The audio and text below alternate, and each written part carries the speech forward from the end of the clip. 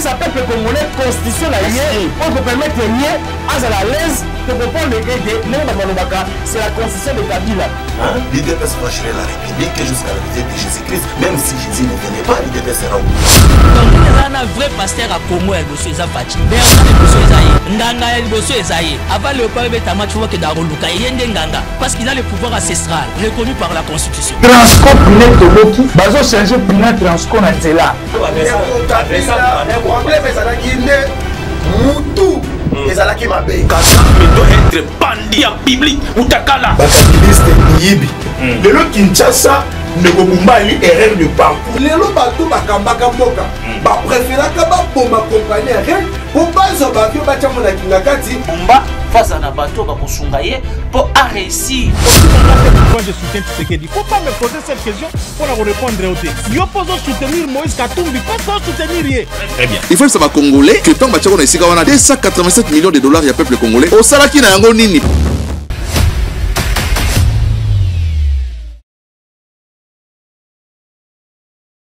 Très bien. Le réel plaisir, amis téléspectateurs, il y a Rosala Liboson Abino na compte Yama sur la Congo Télévision. On a eu ça Abino et Tema sur la Congo Zalika qui est micro et à plateau T. Tout change un peu ma déco.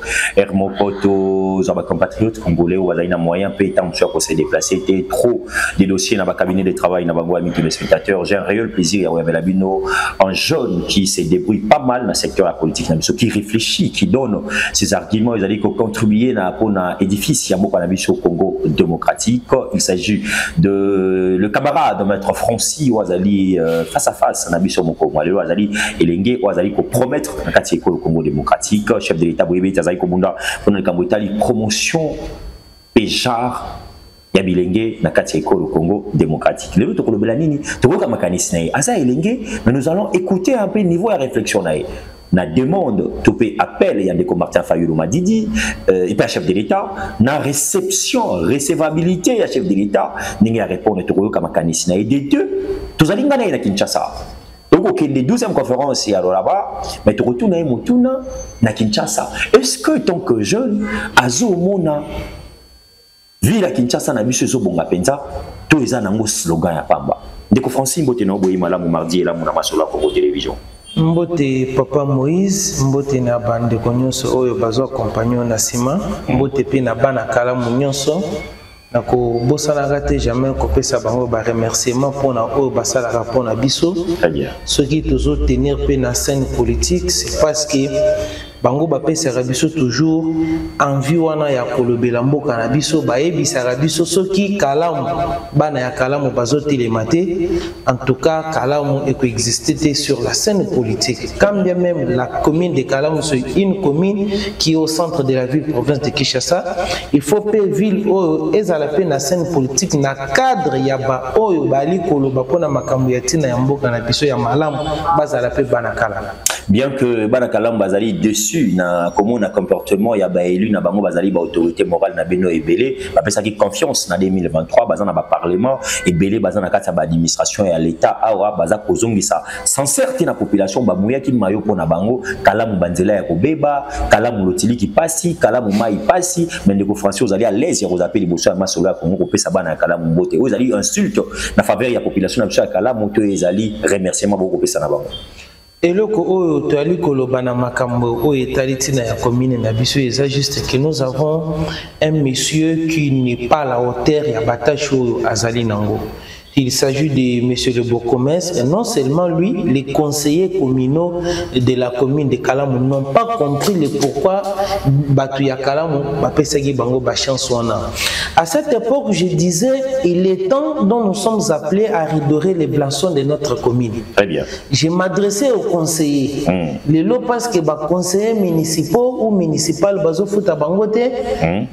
Balali na bangonda ko batiki bourgmestre Luboya ali ko multiplier ba taxe mbongo nyonso ezokota na commune ya Kalamu tozoye baté soki ezosala nini même pour lui le bourgmestre Luboya estime que kotonga bureau oyo azotonga wana ndeko sali la commune ya Kalamu or ko sali la commune ya Kalamu c'est résoudre la question de mobilité résoudre la question de criminalité kosala de sorte que commune ezala na kimia lotiliki ezanga te mai ya bien ezanga te kuluna ezala te bana ba oyo bali kosala examen lelo ba oyo wili bakonga abundela pona gratuité ya enseignement bazomona pasi liboso ya école lycée Matonge mai ezawana na ebite soki examen ekoti ndenge nini soki babwaki yango kuna na kati ya nini ya centre nazoyeba te soki okei na lycée Matonge de côté ya Gambela otelemi wana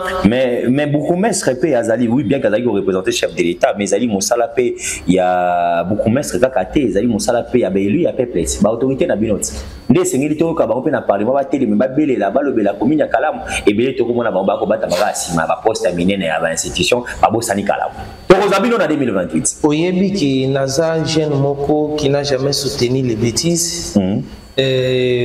Quand ça ne marche pas, ça ne marche pas. Ce n'est pas dire que parce que peut-être il y a X ou Y, tant que bana bazo sala examen solo moko eza place wana, je précise bien, na lycée Matonge de côté ya nini, ya marché ya Gambela. Ce qui au télémi place wana, tu ne peux même pas faire une minute. Très bien. Nazo mitou na bana ba sala examen na ndenge nini, nyonso oyo. La non-assistance de la population en danger par les conseillers municipaux Yakaram. Oyo bafuti bangote parce que bazo boyaki ko salela mboka to boyaki ko zo salaire. Mais bango ata ba sali pe ba beaucoup mais ça ba ko ba ke bazali émanation na bangote bazali nommé par ordonnance présidentielle ba contrôler bango de. Yo monaki yiki ke lega ate na makambo tali gombe bakamuso tala mai kuna soki na lemba e pinsele. Na Lubumbashi ba conseil municipal bali ko sala musala to ba. Lubumbashi ezali capitale te Lubumbashi ezali. Et pourquoi bango bazo sala musala? Balobingambo wana bakufutama yalika Kinshasa na moi quelques provinces bakufutama te pourquoi deux poids deux mesures ceux qui peuvent bazofutama te na Kinshasa supposons entre guillemets parce que yondo motori na senga je n'avais pas cette bakufutama te na lina baninga bakolelebela baninga bakolela wa bakufutama te. Vous venez de me relancer. Si c'est le cas total esco Daniel Mbumba pourquoi ba conseil municipal bazofutama te Bumande sengeli afuta bango. Mais c'est lui le patron de la ville-province de Kinshasa. Ceux qui dans le Lubumbashi bazo futama, nani mutazo futabango. Les gouvernement central, on ose croire que eza soit na Kolwezi, Maman Fifi, soit na Lubumbashi, Jacques, na ba gouverneur nyonso.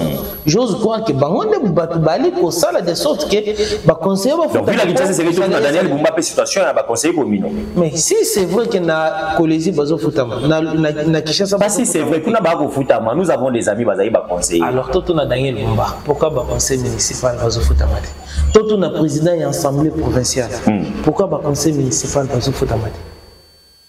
Question na bakambi wana ya APK et puis le gouverneur à ville à Kinshasa. On va fermer parenthèse on a rapidement aujourd'hui minage belé à le belango kezalaki dossier mon en passant bien qu'ils allaient payer hyper important le belango OK mais au tomboli dossier ndeko Daniel Mbumba to kotaka nango le patron ça qui veut to beta moi 2 minutes nango Kinshasa ezobonga na moni on atamola ki lobby na 22h à 23h en tout cas na meki ko lobata bravo mon quête pour na moni ko bana régie des eaux ba route secondaire on essaie fongami ndeko Daniel Mbumba espérons déjà que Kinshasa comme robot nzela otomba lubai nzela ex mama yembo nzema na babenga kakuna tabulei na muni bandi kufunga makame pour na transition à ligule ko dégager en bouteille ozana posa ya peuple congolais et lapideo surtout bakino ce que vous avez posé à lapideo Moïse Mbouyi à travers question zoloba ya Daniel Mbumba ninga zo Bongiseville province de Kinshasa ninge à résoudre question ya mobilité ce que vous avez posé à bakino ba lapideo oyebisinga na pesi bango la situation na la population yo le bisabiso so na belema yo ce que on a le baki na on a tamboli na on a le baki loko na tamboli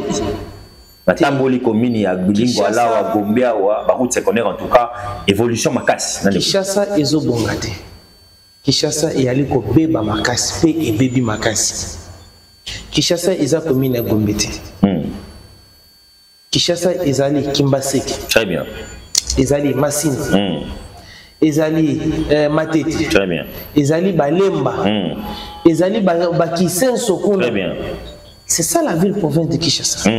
La ville-province de Kinshasa n'est pas seulement la commune ya Gombe. Mais Gombe, il y a des institutions, ils allaient. Commune ya Gombe, ils allaient émanation ya Belge. Très bien. Bangonde batongi commune o nde basali biso ba makadam o nyonso ya bien na ancien président de la République ndenge pe asalaki na époque na ye. Mais à ce qui concerne Daniel Bumba, ayebisa ngai 4 routes secondaires au Yasali na commune ya Kimbaseki. Question à Daniel. Et pas na ngai na commune ya Kalam. Combien de routes secondaires à Sali? Question à Daniel. On a na matete à Sali combien? Les bakuto le badjele na rali sous-souté. Na masina à Sali combien? Toya kaka awa na itaka awa. Nzela ezate. Kende na isoke nzela ezate. Kende kuna na ngaliema nzela ezate. Daniel Bumba, moi je lui pose la question. Qui n'a moins Gobonga? Jour il y a départ naïe, toujours il y a peut-être oh n'engue azana na pouvoir à répondre bien sûr à la question. Ville et Gobonga jour ni. Kende na victoire. Mais banda azui pas ça non il en était bientôt là dans ça il en est. Tous là il en attend à 2 ans 3 ans. Est-ce que vous connaissez ce que les ronds-points victoire représentent dans l'histoire culturelle de la vie de la République démocratique du Congo? Siko et kokoma ndenge nini po okoma na victoire il faut okomboata likolo po na yebite victoire za suna nzela ta bolega so uti centre ville to lemba uzanzela okolekela nzela ni iyo moko na kaka liboso ya bureau na ye wana nzela ezali ce que les assemblée provinciale place bas député et ce qui me fait mal que je n'arrive pas à comprendre bato c'est pas contrôler bato c'est pas sanctionner depuis Daniel Bumba Azawana combien il y a ba interpellation oh il y a assis à une assemblée provinciale soit na yebité entre guillemets c'est l'Assemblée nationale qui encourage Daniel Bumba de faire vivre calvaire aux populations et aller comme ou bien bango bazali wana pona commettre une pression pona ko sala ni ko bongisa ville province de Kinshasa. Nazo exemple moko rapidement comme nous avons vu na époque ya Chantini Ngobila na président Kodempoy il y avait une guerre. Très bien. Mais vous sentez qu'il y a une évolution. Très bien. Le président Kodempoy attaque Chantini Ngobila pour avoir détourné, avoir tué tout, mais vous sentez que l'autre travaille aussi. Très bien. Mais de l'autre côté, il n'y a pas eu une guerre, mais ça ne marche pas. Les travaux n'avancent pas, c'est n'avance pas rien. Pas d'évolution, pas des interpellations. Et d'ailleurs, Okoyo Kakara Maya Kalamokona et Katani les sous. Aux prophètes à Malais, pour ça? Quitte la caméra na yo. Parce que ngai na zamwa na kalamu kita na caméra na hôtel makaka na maya kalamu na précisément na école de navigation pour on a déjà ils en a des tout le monde va vidéo mito comme on chola côté wana on a qui on est chola qui na période ya Daniel Bumba na période ya Chantini Ngobila est-ce que chola qui te siko tolela o tozana ye tolela o ya kinda. Et je ne veux pas dire que, en fait, Chantini Ngobila Koufi, je ne veux pas dire ça. Alors, je peux tout simplement illustrer. C'est une analyse, hein? Exemple,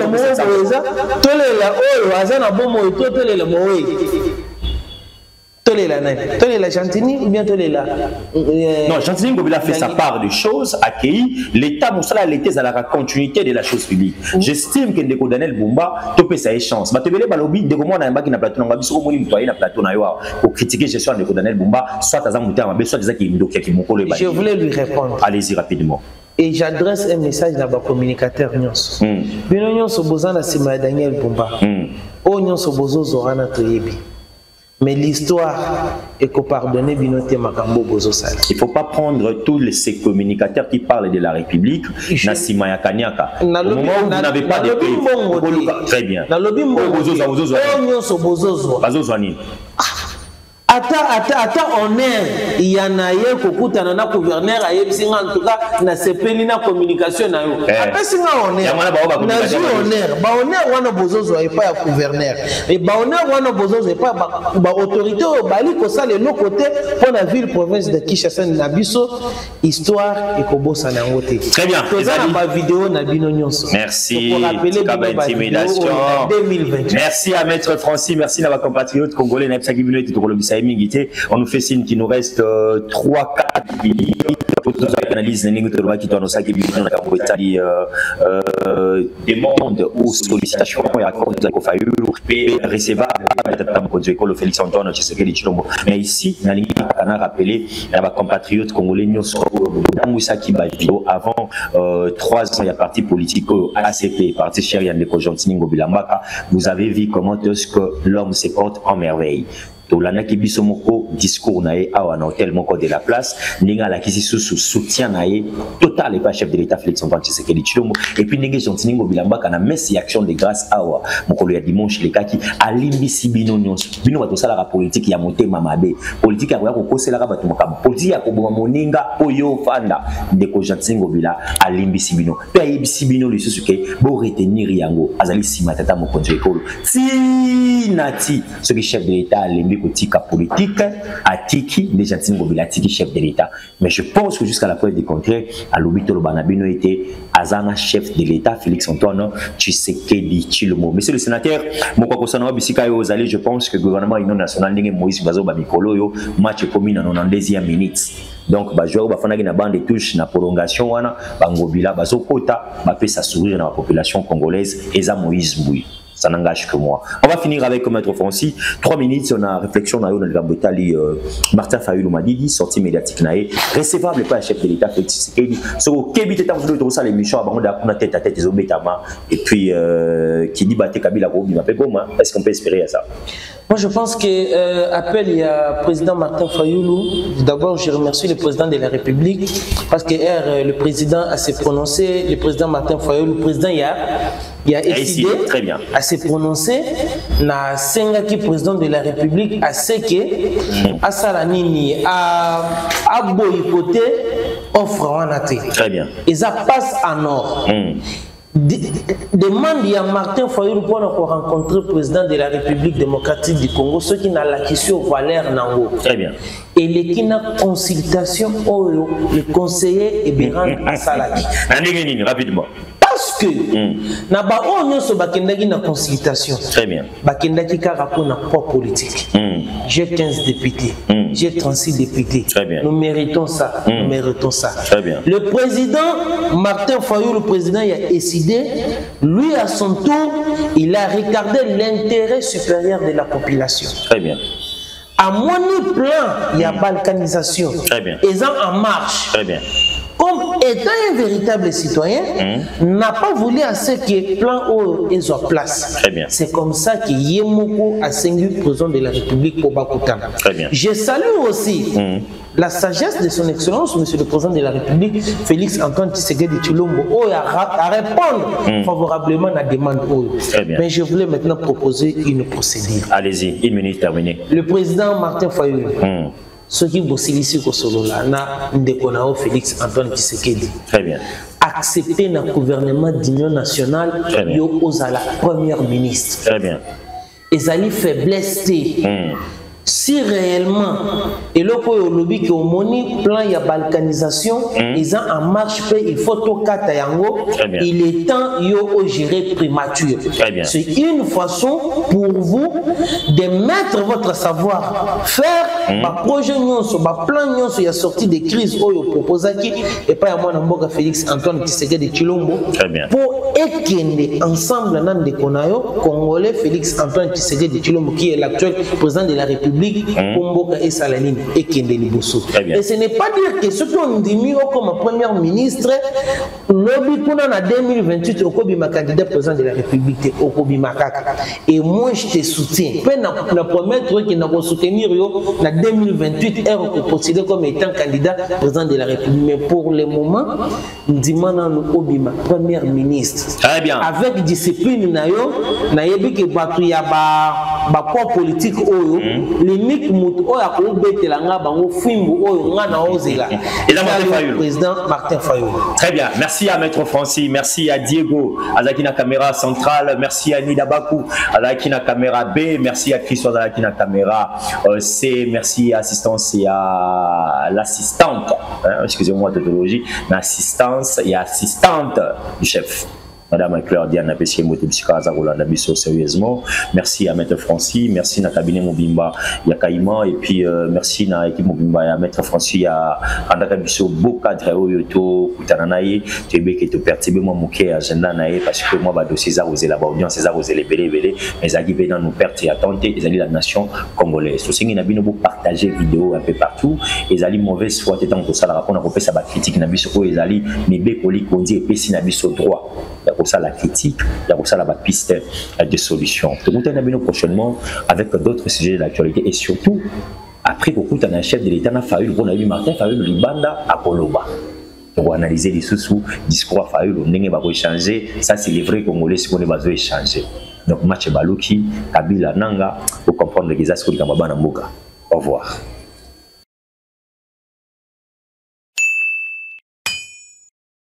Ça peuple congolais constitution la yé on peut permettre nier à la l'aise de comprendre les gars de non Malobaka c'est la constitution de Kabila. L'IDPS va gérer la République jusqu'à la visite de Jésus-Christ même si Jésus ne venait pas l'IDPS sera où. Donc il y a un vrai pasteur à Congo et monsieur Zafati. Berta le monsieur Ezaïe. Ndanga le monsieur Ezaïe. Avant le peuple Betama tu vois que Daroluka yende Nganga parce qu'il a le pouvoir ancestral reconnu par la constitution. Transcop net Toboki bazo changer pina transcop na nzela. Problème ezalaki nde mutu ezalaki mabe kaka meto être bandi ya biblique utakala bakabiliste miyibi lelo Kinshasa ndeko Mumbali erreur de parcours lelo bato bakambaka mboka bapréféraka baboma kompani ya rien po bazwa bavio batiamo na kinga kati Bumba face à Nabato Bakosungaye pour réussir. Moi je soutiens Tshisekedi. Il ne faut pas me poser cette question pour la répondre au thé. Yo poso soutenir Moïse Katumbi, pas soutenir Yé. Très bien. Il faut savoir Congolais que tant que 287 millions de dollars il y a peuple congolais. Au Salaki na yango nini.